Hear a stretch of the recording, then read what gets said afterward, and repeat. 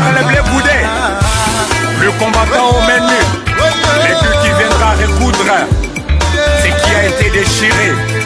La Côte d'Ivoire, ton pays, t'attend. La jeunesse, les femmes et les parents t'attendent. Viens nous rassembler de nouveau. La Côte d'Ivoire est tout qui a besoin de nous. Le diplomate.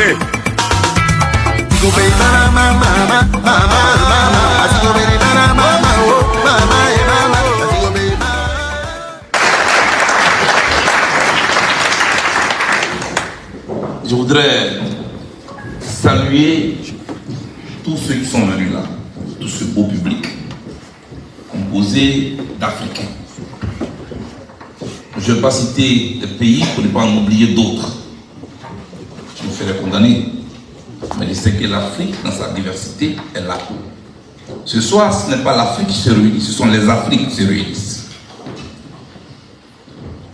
Les Afriques, c'est vrai, certains pays africains ont leur culture. Les gens veulent nous maintenir dans les Afriques. À la fin de cette conférence, l'Afrique va se retrouver en quittant les Africains.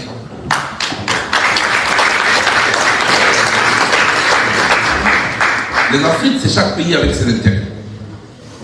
L'Afrique, nous faisons un. Et c'est nous qui nous retrouvons ce soir. Je voudrais vous saluer. Saluer tous mes collaborateurs qui m'ont accompagné et qui sont là. Il faut les applaudir, s'il vous plaît.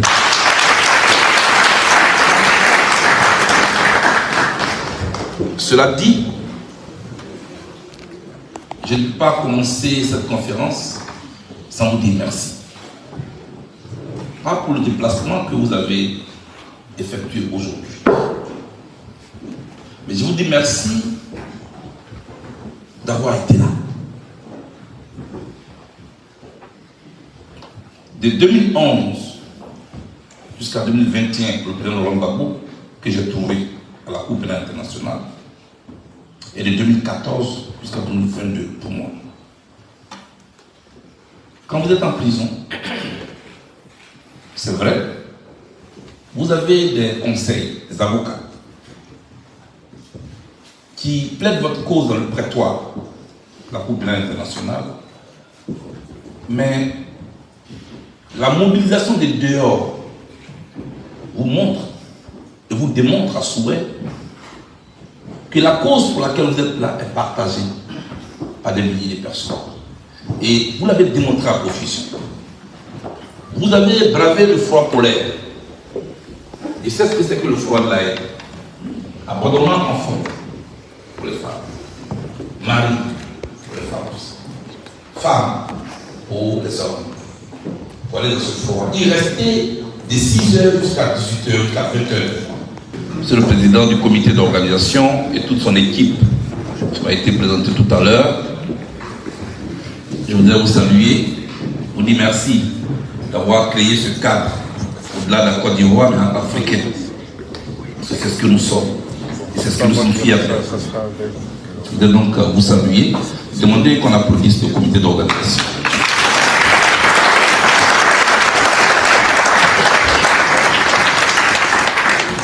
Maintenant, c'est ensemble qu'on apprend. Je voudrais donc maintenant me soumettre à vos questions. Merci. Vous parlez de nationalité. Alors, ma question, vous avez parlé des relations sud-sud. Et donc, elle est très simple, ma question. Le COJEP était parti d'opposition. Donc, vous n'êtes pas au pouvoir aujourd'hui pour organiser des choses en président. Mais en tant que parti d'opposition, est-ce que vous menez des actions avec d'autres partis de l'Afrique, d'abord à commencer par la sous-région, pour voir dans les projections de ce qu'on pourrait améliorer justement tout ce que vous avez cité tout à l'heure au niveau économique, au niveau social, au niveau sécuritaire, comment pouvoir améliorer les relations sud-sud déjà à partir des différents partis politiques et puis un jour si vous êtes au pouvoir et voir comment vous allez tous travailler ensemble. Voilà, merci.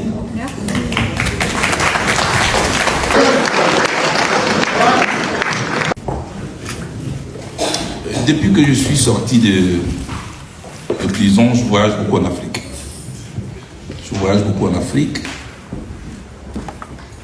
parce que je veux partager ma vision avec les autres collègues qui sont des chefs de partis politiques, qui sont des élus, qui ne sont pas forcément au pouvoir, mais qui envisagent de diriger leur pays un jour, qui sont donc dans les assemblées de leur pays.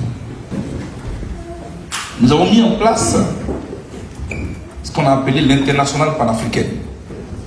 Et j'ai été élu président de l'international panafricain.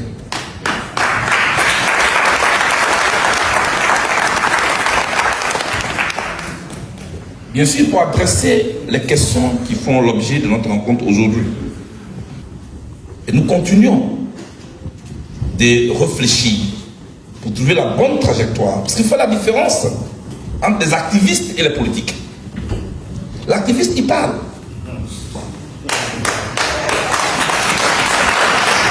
Il parle. Et il n'est responsable que devant son smartphone. Point. Il n'est redevable à personne. Et c'est le grand analyste politique qui va dans tous les sens. Il peut parler, nous-mêmes, il nous gronde même souvent, on ne connaît rien. Mais nous, quand on a l'objectif de diriger, cela veut dire qu'on doit trouver des solutions. Parce qu'il y a le langage de conquête du pouvoir. Et puis il y a les réalités de gestion du pouvoir. Parce que ce que les populations cherchent, ce n'est pas les grands discours. C'est comment tu changes leur vie, comment tu changes leur quotidien.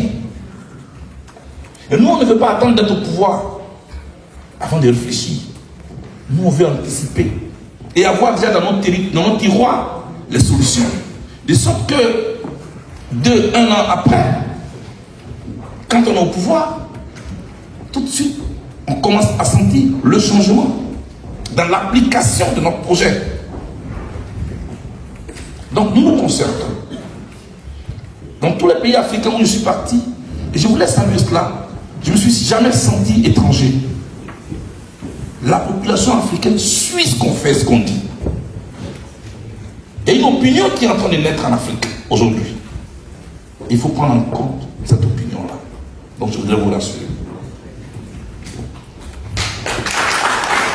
Je suis M. Jassami Gilbert, originaire du Congo-Brazzaville, docteur en sciences politiques. Mon intervention se structure en 2 points. Je ferai part au président Blé d'abord de l'attente de la jeunesse ou des jeunesses africaines. De l'attente, je répète, des jeunesses ou de la jeunesse africaine. Premier point, l'attente, c'est la question de la fin du franc CFA, la fin de la monnaie du franc CFA. Le deuxième point, c'est la fermeture des bases militaires étrangères, sur le continent africain. À partir de cette attente, je vous poserai la question suivante.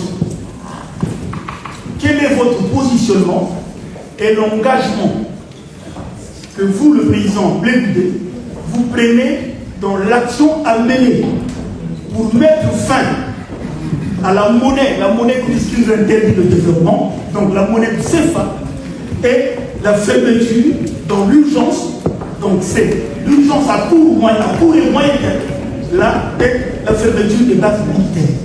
Ma question est précise. Et c'est ce que les jeunesses africaines, que ce soit de la diaspora et en Afrique, en urgence attendent. Voilà. Merci. Si vous êtes acteur et vous êtes témoin, vous êtes observateur, mieux, de la politique en Côte d'Ivoire, cette dernière décennie ou en Afrique, vous verrez que j'ai demandé le départ de l'armée française en Côte d'Ivoire. Vous tapez sur YouTube, vous trouvez, cherchez, vous trouvez. J'ai dit, j'ai demandé le départ de l'armée française. J'ai été sanctionné par l'ONU en 2005 pour ça.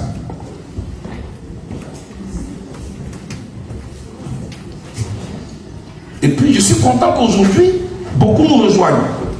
Parce que c'est ensemble qu'on peut gagner. Donc ma position, elle est claire là-dessus. Ce qui change là, c'est la méthode. Moi, je pense qu'on n'a pas besoin de bander les muscles. Moi, je pense qu'il faut créer le cadre de discussion. Sans violence. Et que les partenaires puissent se rencontrer pour parler. Il y a un qui m'a demandé, entre la France et la Russie, là, toi tu es où? J'ai dit, moi, je suis en Afrique.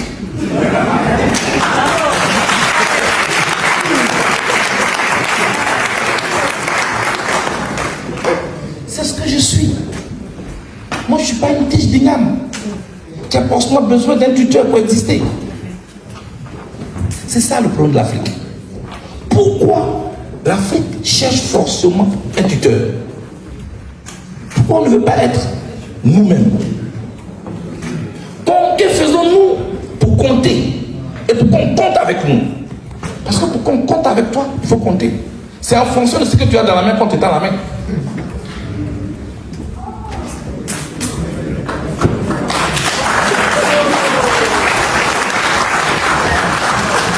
Non, on n'aime pas la France, donc on s'en va en Russie.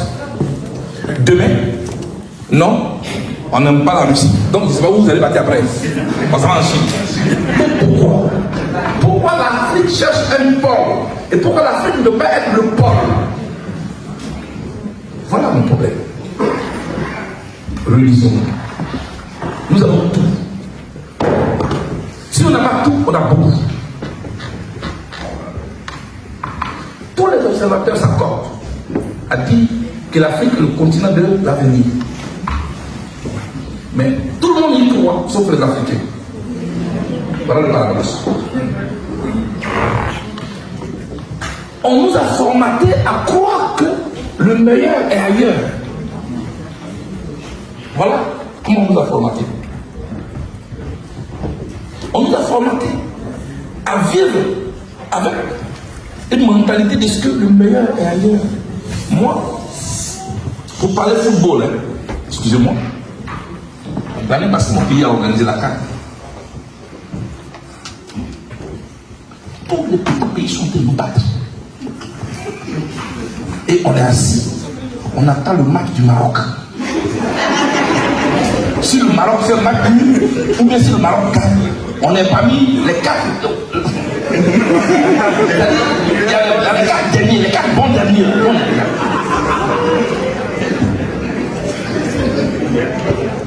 Et puis, dans cette période-là, de désespoir total, de honte, parce qu'on peut te frapper, on peut te frapper chez toi à la maison devant tes enfants. Ça va faire tout l'autre truc. Et dans cette honte-là, l'entraîneur Jean-Louis Gasset démissionne. C'est-à-dire qu'il a abandonné l'équipe. Donc son adjoint, Aimé Faye, devient l'entraîneur. Le Maroc a gagné. Donc nous on est qualifiés. On dit non, qu'ils vont aller prendre Hervé Renard. J'ai fait partie de ceux qui ont dit non. On va aller à Faye.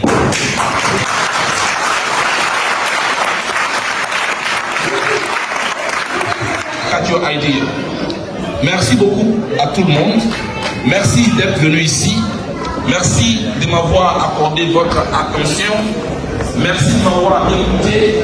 C'est ensemble que nous allons changer l'Afrique. Pas nous ne devons pas contre les uns et les autres, mais en prenant conscience de ce que nous sommes. Et en ayant beaucoup d'esprit de ce que nous avons et de ce que nous sommes. Le meilleur n'est pas ailleurs. Que Dieu vous bénisse. Que Dieu vous bénisse.